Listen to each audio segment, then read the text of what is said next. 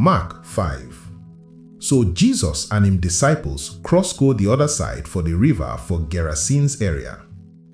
As Jesus just dey come down from the boat, one man wey get evil spirits come out from the bury ground, run come meet am.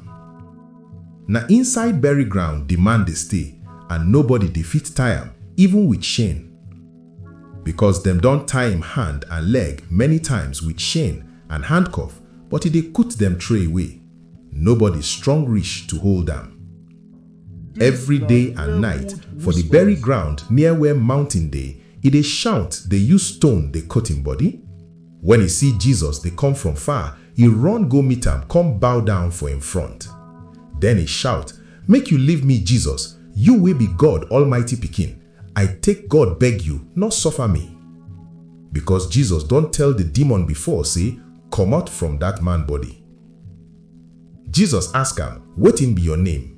He answer, "My name na Legion, because we plenty." He come beg Jesus make he not drive them comot from the area. For the mountainside, plenty pig dey there dey chop. So the demon beg Jesus say, "Oga God, make you allow us enter the pig dem body." So Jesus can't allow them. So the evil spirit come out from the man, can't enter the pig dem. Then the pig dem run past one low place, enter the river, and them reach 2,000 wey die inside the water. So the men wey dey guide the pigs for there run go spread the news for the town, and people for the area come go look wetin happen.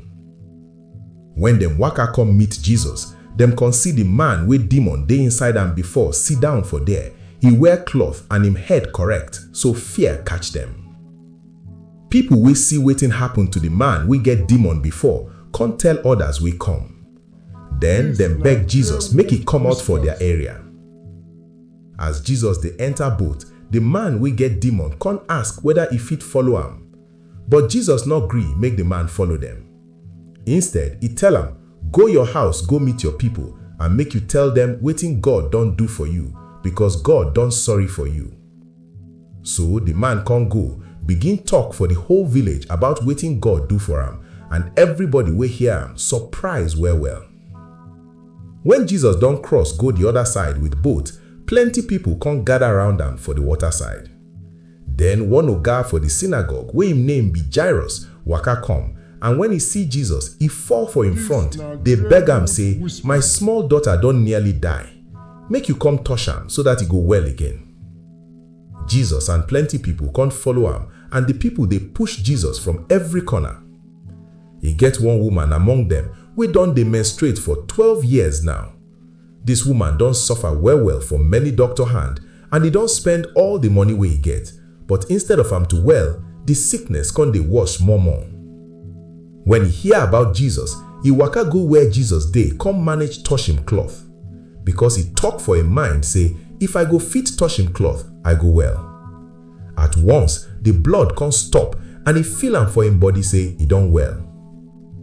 Now once Jesus know say power come out for him body, he can't turn around ask the people, "Who touched my cloth?" His disciples can't answer him.